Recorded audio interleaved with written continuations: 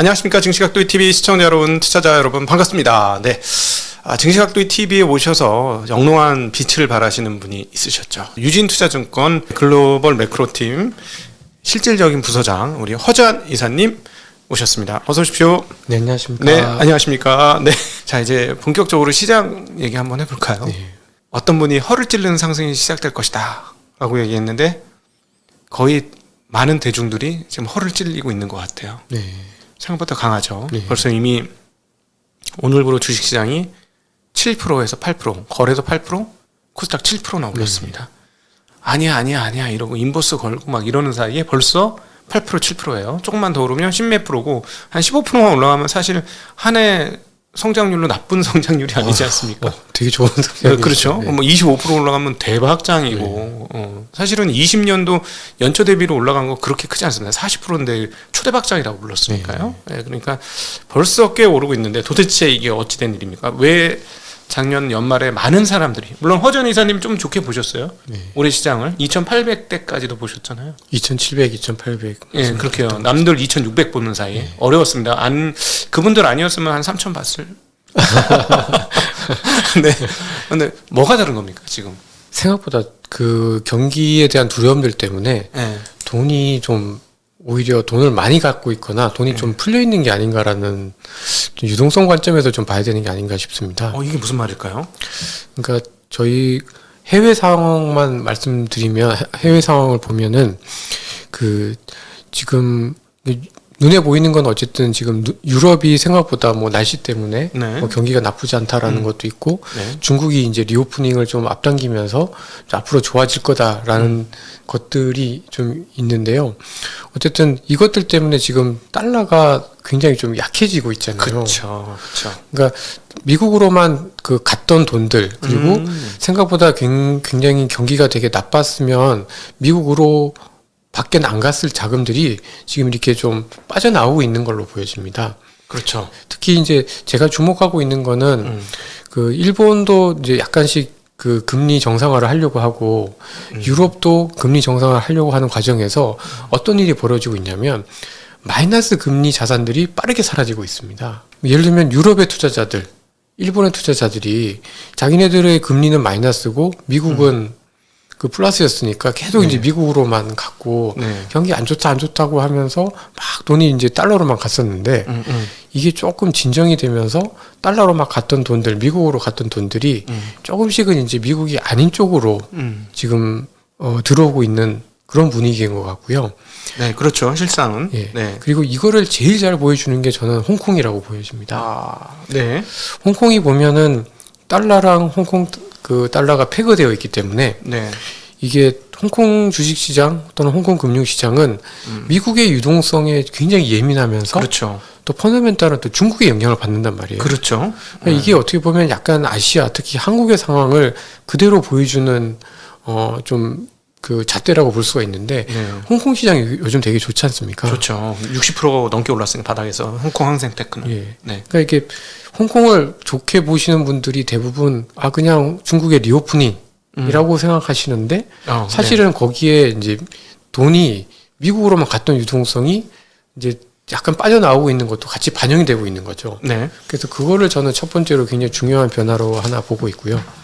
그다음에 이제 두 번째로 저희 국내 주식시장 또는 국내 금융시장 입장에서 봤을 때 좀 중요하게 보는 포인트는 저는 10월, 11월에 그 레고 사태 때문에 저희 뭐 증권사도 굉장히 힘들고 그다음에 국내 자금 시장 자체가 완전히 얼어붙었지 않습니까? 그렇죠.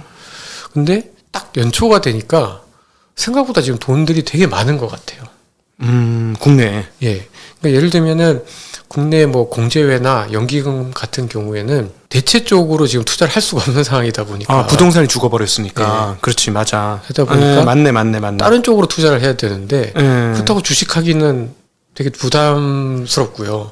그러다 보니까 채권 쪽으로 돈들이 지금 가고 있는 것 같은데 그 통화량이나 이런 유동성이 전체적으로 늘어난 건 아닌데 그동안에 이렇게 물렸던 돈들 또는 한쪽으로 쏠렸던 돈들이 지금 주로 채권 시장 쪽으로 해서 일단 돈이 많이 들어오면서 채권 시장에 돈이 되게 많이 좀 늘어났습니다. 네. 근데 이제 국채 금리도 빠지고 그다음에 이제 뭐 예를 들면 그동안의 은행채 뭐 이런 채권 금리가 쭉 빠지다 보니까 네. 이제는 약간 고금리를 주는 신용 등급이 좀 낮은 위험 채권 쪽으로도 관심이 가면서 회사채 같은 거? 네, 전반적으로 유동성이 되게 좀 풍부해져 있는 상태입니다. 그러네요. 회사채 금리도 빠지고 있어요. 지금 은행채 금리가 5% 넘던 게 이제 네. 4%. 그다음에 이제 경색이 되어서 몰랐지만 실제로 돈은 엄청 많았다. 네. 하기야 뭐 은행에 뭐 수조 수십조씩 네. 막 박히고 있잖아요. 돈이 없는 게 아니었어요. 그러니까 돈들이 그쪽으로 확 갔다가 최근 들어서 예금 금리도 조금 빠지고 네. 대출 금리도 조금씩 빠지고 있잖아요. 그렇죠. 그러니까 사실 은행으로만 막 집중돼서 갔을 때는 사실 주식시장, 채권시장, 뭐 그다음에 부동산 시장 다 안 좋을 수밖에 없었는데 이 예금 금리가 딱 꺾이니까 이 예금으로 돈이 덜 가잖아요. 그렇죠. 그러면서 다른 시장 쪽으로 좀 기회가 생겨나고 있는 걸로 보여집니다. 그래서 해외 쪽에서의 변화, 그다음에 국내 쪽에서의 변화, 이거의 공통점은 생각보다 경기 침체가 심하지 않은 상황에서 돈들이 좀 많아졌다. 그 과정에서 이제 자산 가격들이 채권, 주식, 그다음에 달러가 아닌 다른 자산 모두 지금 함께 가격이 상승하는 그런 모습들로 좀 나타나고 있는 게 아닌가라고 저는 좀 보고 있습니다. 지금까지 말씀하신 거를 딱 한마디로 보면 유동성의 힘이다. 네. 라고 지금 정리해 볼 수 있을 것 같고, 실제로 현장에서 느끼는 거는 듣고 보니 그런 것 같다라는 생각이 듭니다. 근데 말씀하신 것 중에 조금 이해가 안 가는 부분이 있어서 좀 점검을 했으면 좋겠는데요. 마이너스 금리물들이 사라지고 있다라고 말씀하셨어요. 아까 그 유럽과 그 일본. 이거는 구체적으로 어떤 현상을 마이너스 금리가 사라졌다고 봐야 되나요? 그 기준금리가 이제 유럽 같은 경우에 마이너스였다가 그렇죠. 이게 지금 이제 금리를 빠르게 올라가면서 이제 플러스로 돌아섰잖아요. 그래도 인플레이션이 엄청 높은데 아직은 플러스는 멀지 않았나요? 그렇죠. 그러니까 여전히 이제 긴축을 더 세게를 해야 되는데 네. 이제 오히려 그러다 보니까 이제는 미국은 차츰차츰 금리 인상 속도를 늦출 것 같은데 그렇죠. 유럽이나 다른 쪽들은 계속해서 금리를 더 높일 것 같으니까 네. 이제 돈들이 이제 그쪽으로 또 몰려가고 있는 것 같습니다. 네네네. 이제 쉽게 얘기하면 그동안 유럽과 미국 간의 금리 차가 확 벌어졌었는데 이게 지금 좁혀지고 있다라는 거죠. 그리고 일본 같은 경우도 대표적인 여전히 마이너스 금리인 국가고 네. 뭐 일본 같은 경우는 여전히 해외 자산들이 되게 많잖아요. 그렇죠. 근데 이번에 그 뭐 일드 커브 컨트롤이라고 해서 수익률 고선도 그 변동폭을 확대를 지난 12월 말에 했듯이 네. 앞으로도 조금 더 이제 할 거다라는 어떤 기대감들 때문에 이제 일본의 돈들도 더 이제 외국으로 가는 게 아니라 약간의 일본 본국으로 가는 이제 이런 상황이 다 되다 보니 전체적으로 달러의 강세가 어쨌든 주춤하고 더 이상 이제 마이너스 금리 유럽이나 일본처럼 그 굉장히 이제 마이너스 금리 때문에 돈이 막 가던 흐름들이 네. 지금 좀 진정이 되면서 전체적으로 달러는 약하고 이제 마이너스 금리 자산들이 좀 줄어들면서 이제 돈들이 다른 쪽으로 좀 퍼져나가고 있는 걸로 보여집니다. 그럼 이렇게 정리해 볼 수 있겠네요. 22년간 예상치도 못했던 연준의 금리 인상으로 인해서 모든 자산 영역이 화들짝 놀라고 위축되고 이랬던 상황에서 그 어떤 변동성이 가라앉게 되자, 즉 연준의 금리 인상의 끝이 보이는 상황에서 긴장했고 어려웠고 놀랬던 가슴들이 진정되고 나자 앞으로 금리가 더 올라갈 수 있는 공간이 있는 쪽으로, 그러니까 이제 이쪽으로 넘어가야 돼. 금리가 더 좋아져. 이런 쪽으로 자금이 이동하고 있다. 전 세계적으로. 네. 그러면은 그건 이해가 되는데 신흥국은 어떻게 이해하면 좋을까요? 지금 사실은 중국하고 한국이 오늘로 최고 좋거든요, 분위기가. 네. 그러니까 이제 중국은 이제 중국 리오프닝 얘기를 되게 많이 하잖아요. 네. 근데 이제 제가 좀 강조드리고 싶은 거는 중국이 지난 12월에 있었던 중앙경제공작회의에서 얘기를 했었던 분명한 사실은 중국의 리오프닝도 리오프닝이지만 결국 작년보다는 올해 중국의 성장률을 끌어올리겠다 하는 거를 분명히 좀 얘기를 했었던 것 같습니다. 네. 근데 올해 그 주요국들의 그 기업 이익을 살펴보면 대부분의 국가들이 작년보다 기업 이익이 떨어지거나 네. 나쁘거든요. 네네네. 저희는 굉장히 나쁘고. 네네. 근데 유일하게 아시아 국가들 중에 일부 국가들이 작년보다 올해 기업 이익이 좋아질 걸로 예상이 되는 국가가 있는데 그게 바로 중국, 인도, 말레이시아입니다. 네.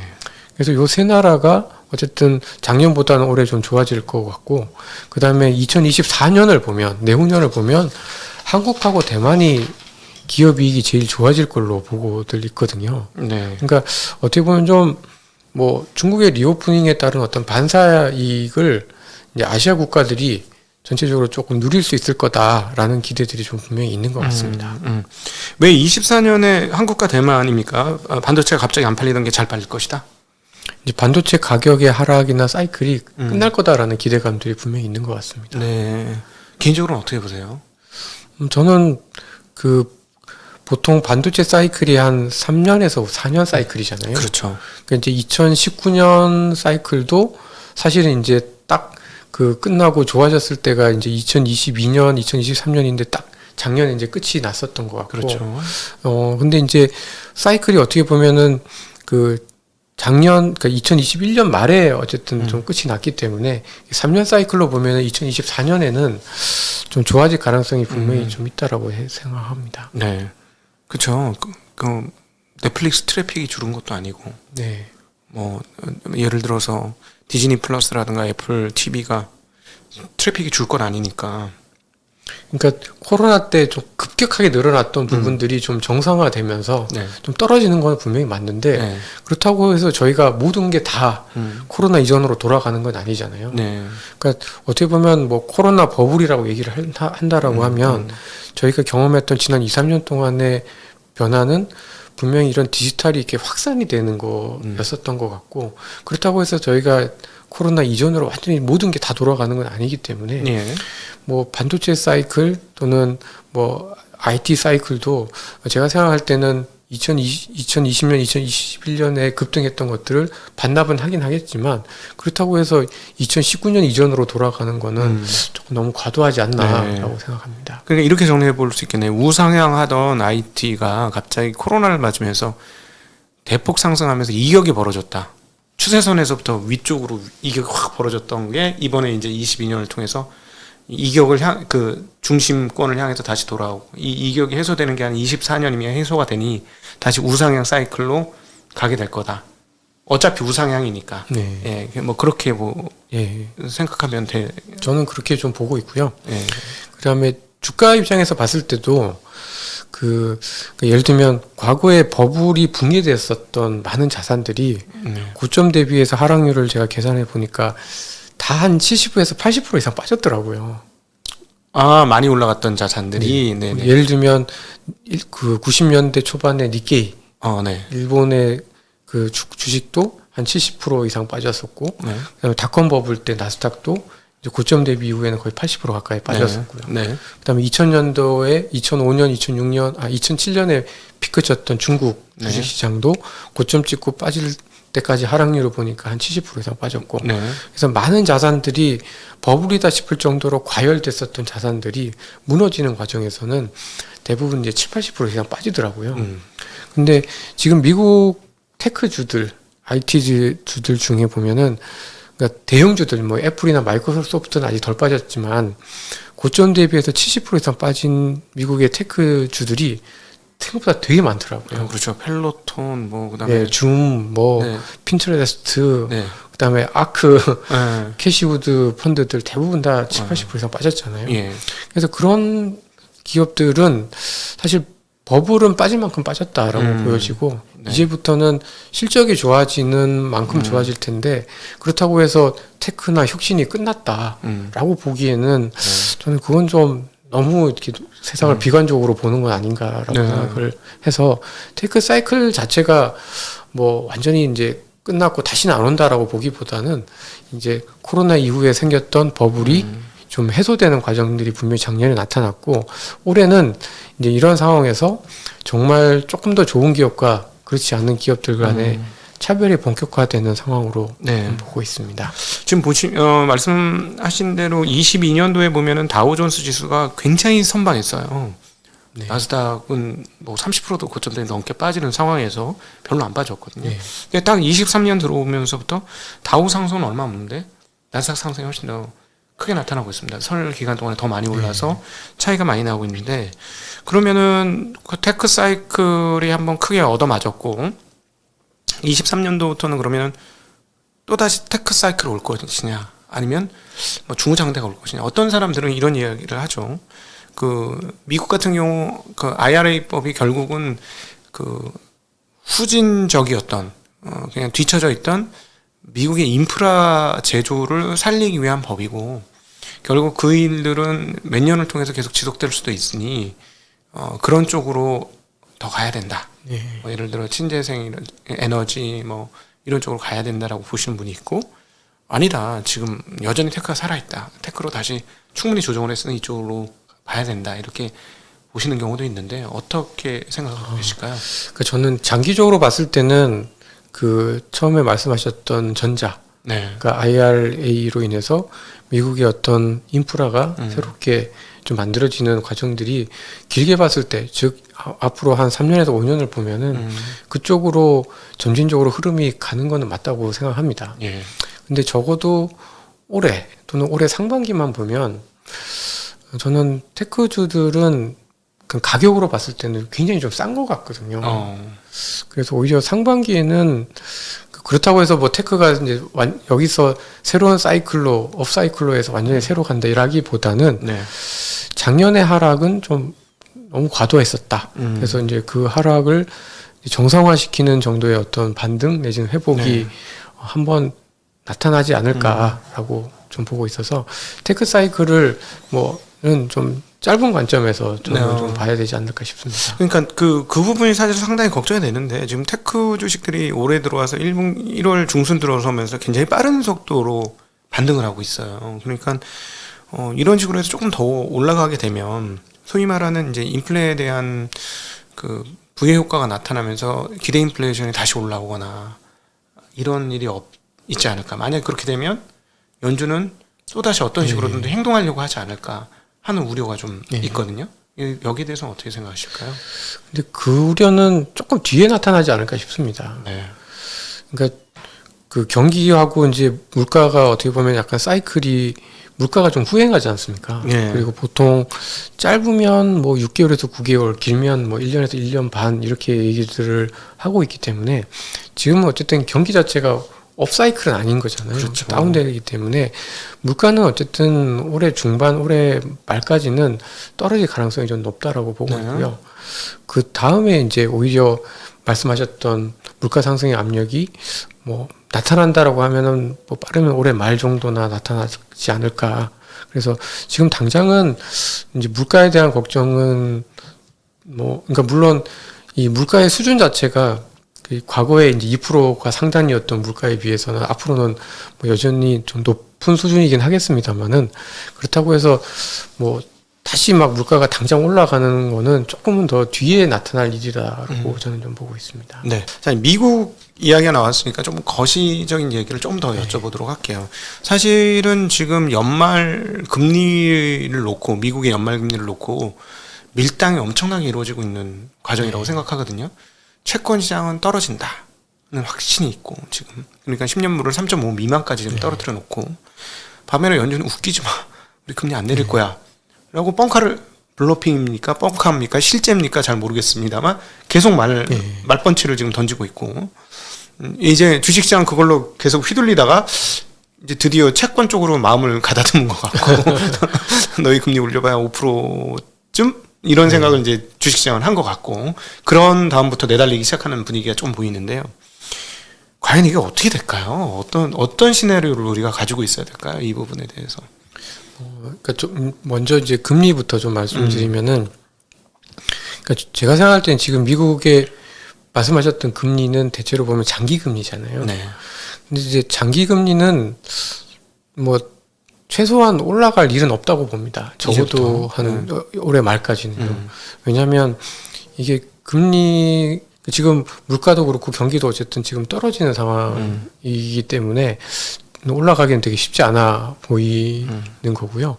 그러니까 이제 물론 지금 미국의 여러 지표들이 막 혼재되어 있잖아요. 네. 고용은 아직까지는 좋고 뭐 제조업 지표는 막 되게 빨리 망가지고 있고 그렇죠. 그래서 좀 혼재되어 있는데 결국 고용도 어떻게 보면 기업 이익에 후행하는 지표라고 보면 이제 둔화될 가능성이 앞으로는 더 높다라고 보여져서요. 뭐 연준도 올해 1분기가 지나면은 저는 다음 주에 있을 2월 FOMC가 거의 마지막 내지는 빠르면 거의 마지막 아니면은 3월이 마지막 거의 다 온 것 같습니다. 저하고 의견이 같으십니다. 그래서 그렇게 해야지 연말에 금리 안 내리고 버틸 수 있는 거 아닙니까? 예. 그러니까 여기서 오히려 금리를 더 올려버리면 네. 제 생각에 한 3분기부터 금리 겁나 빨리 내려야 됩니다. 그렇죠. 그럴 것 예, 같죠. 그래서 오히려 안 올리는 게 연준한테도 낫고 사회적으로도 뭐 금융시장에도 좋은 시그널을 주고 그러지 않을까 싶긴 한데 말이죠. 근데 이제 연준의 입장은 저는 이해는 갑니다. 왜냐하면 사실 생각했던 것보다 지난 10월, 11월부터 약간 금리도 생각보다 빨리 떨어지고 뭐 주가도 바닥 대비해서 어느 정도 이렇게 오르다 보니까 너무 빨리 금융 여건이 좋아지는 거를 분명히 좀 막고 싶은 거는 뭐 그래서 아마 계속 그냥 말을 그렇게 좀 세게 하는 것 같고요. 예. 실제로 액션은 당장 지금 경기의 데이터를 보고서 결정을 할 건데 데이터의 방향은 금리는 못 올라간다는 방향이기 때문에 저는 채권 시장에서 얘기하고 있는 게 좀 더 맞을 거다라고 네. 생각을 하고 있고요. 근데 이제 저희가 이제 주식 시장에 대한 어떤 대응 입장에서 봤을 때는 저는 금리 인상이 이제 막바지 된다. 그리고 이제 마지막 금리 인상이다. 그리고 어느 정도 동결할 때, 요때까지는 주가가 좀 올라갈 것 같고요. 막상 금리를 진짜 인하를 해야만 하는 상황으로 갈 때가 되면은 주식시장은 한 번 더 망가진다. 빠졌다가 예. 그 다음에 조금 더 있다가 올라오지 않을까 싶습니다. 예, 예. 이번에는 과거와 다르게 금리를 인하하면 과거는 옛날에 금리를 인하하면 주가가 올랐는데 이번엔 금리를 인하하면 오히려 주가가 흔들릴 수 있다. 그러니까 동결하다가 인하할 때가 제일 안 좋은 것 같습니다. 이제 동결한다는 거는 그만큼 경기가 뭔가 불안하니까 이제 좀 지켜보지만 그렇다고 해서 심각하게 나쁘진 않은 거기 때문에 네. 기업 이익도 제가 봤을 때는 버틸 것 같거든요. 네. 근데 그리고 오히려 이제 연준에서 조금 더 완화적인 이야기를 하게 되면 사실은 금리는 인하하지 않아도 주가는 올라갈 수가 있는데 이제 금리를 인하할 수밖에 없는 상황, 동결하다가 인하를 할 수밖에 없는 상황에서는 그만큼 경기가 한 단계 나빠졌다는 의미이기 때문에 그렇죠. 그때는 또다시 반등을 한다고 하더라도 한 번은 나빠졌다가 올라가는 네. 것 같습니다. 예. 그러면 여기서 우리가 이제 고용을 과연 어떻게 읽어야 할까라는 과제가 우리한테 주어진 것 같아요. 지금, 진짜 완전 동상이몽이라고 해야 되나? 고용을 보는 시각차가 너무 큰 것 같습니다. 연준에서는 계속 서비스업의 고용을 보고 실업률을 보니까 너무 고용이 훌륭하고. 근데 저희들한테 들려오는 뉴스는 오늘도, 3M이 2,500명 감원 소식이 있었고 거의 매일 감원 소식이 좀 들려와요. 제가 기억하는 것만 수만 명이 미국에서 감원하는 게 아주 좋은 기업들, 양질의 기업들이. 그러면은 사실 그 밑에 있는 기업들까지 합치면 정말 엄청난 지금 구조조정이 미국에서 이루어지고 있다라는 걸 충분히 상상해 볼 수 있을 것 같은데 고용의 질이 정말 이렇게 나빠지고 있는데 이게 어느 순간에 뒤늦게 한꺼번에 이게 반영이 되면은 말씀하신 대로 금리를 인하해야 되는 사이클이 그때 읽혀지지 않을까 하는 생각도 드는데 과연 고용 어떻게 읽는 게 좋을까요? 그러니까 이제 고용과 관련해서는 저는 지금 화이트 칼라가 소위 말해서 좀 고통을 먼저 경험을 하고 있고 그러니까 예전에는 화이트 칼라가 가장 나중에 경기 둔화의 고통을 겪었다라고 하면은 이번 사이클은 좀 반대인 것 같습니다. 예. 이제 코로나 때문에 그런 왜곡이 좀 생긴 것 같아요. 코로나 때문에 재택근무 가능한 화이트 칼라들은 사실은 고용이 크게 위축되지 않았었잖아요. 네네. 아니 전혀 위축되지 않았었고 그렇죠. 오히려 대면을 해야 되는 서비스 쪽에서 대폭적인 해고가 있었죠. 그렇죠. 그랬었는데 지금은 오히려 반대인 거죠. 지금은 식당에서는 일자리가 부족한데 소위 말해서 양질의 일자리, 뭐 구글도 그렇고 뭐 마이크로소프트도 이제 조금 줄이려고 하는 그런 상황이라서 지금 약간 어떻게 보면 코로나19 때 발생한 어떤 일시적인 그 왜곡이라기보다는 변화가 역작용을 좀 맡고 있는 그런 상황이다라고 좀 보고 있고요. 근데 이제 이것도 결국은 전반적인 경기가 나빠지면은 그 대면과 대면 서비스와 관련된 직종에서 일자리가 줄어들게 되면 이제 그때가 사실은 이제 조금 더 미국의 금리 인하가 가까워지는 시점으로 봐야 되지 않나 싶습니다. 네. 그러면 이제 하반기에 아마 그런 흐름이 포착될 가능성이 있겠죠. 상반기에는 시장이 아마 인플레이션 하락에 환호를 할 수 있을 것이고, 네. 연준이 버티다가 이거 진짜 경기 안 좋아지네. 고용까지 꺾이면 아마 그렇게 행동하지 않겠습니까, 연준이? 그러면은 그때 되면 이제 시장이 경기가 정말 안 좋네 이런 인식을 하면서 시장이 흔들릴 수 있다. 그렇다고 해도 흔들리는 폭이 그렇게 클까요? 근데 그때는 아마 이제 물가가 어느 정도 좀 떨어져 있는지가 되게 중요할 것 같습니다. 아, 예, 그렇겠네요. 물가가 예를 들어서 진짜 한 3%나 2%대까지 떨어져 주면 사실은 연준이 금리를 세게 인하를 하면서 경기를 받쳐줄 수가 있는데 인플레가 만약에 떨어졌지만 여전히 뭐 3, 4%대 이렇게 되면은 연준이 금리 인하할 수 있는 폭이 얼마 안 되니까. 그렇죠. 근데 그렇게 되면 아마 조금 시장에서 이렇게 회복을 하는 데 있어서 좀 시간이 걸릴 가능성이 좀 있지 않나 싶습니다. 네, 금리를 내린다고 해도 얼마 내릴 게 없으니 이 불경기가 해소가 안 되겠구나. 네. 시장이 그렇게 생각하면서 시장이 더 어려운 미궁에 빠질 수 있는 네. 상황이다. 예. 인플레가 굉장히 중요한 요소가 될 것이다. 네. 너무 감사합니다. 네. 시장이 어떻게 돌아갈지에 대해서 충분히 이렇게 좀 이해하게 되는 상황인 것 같아요.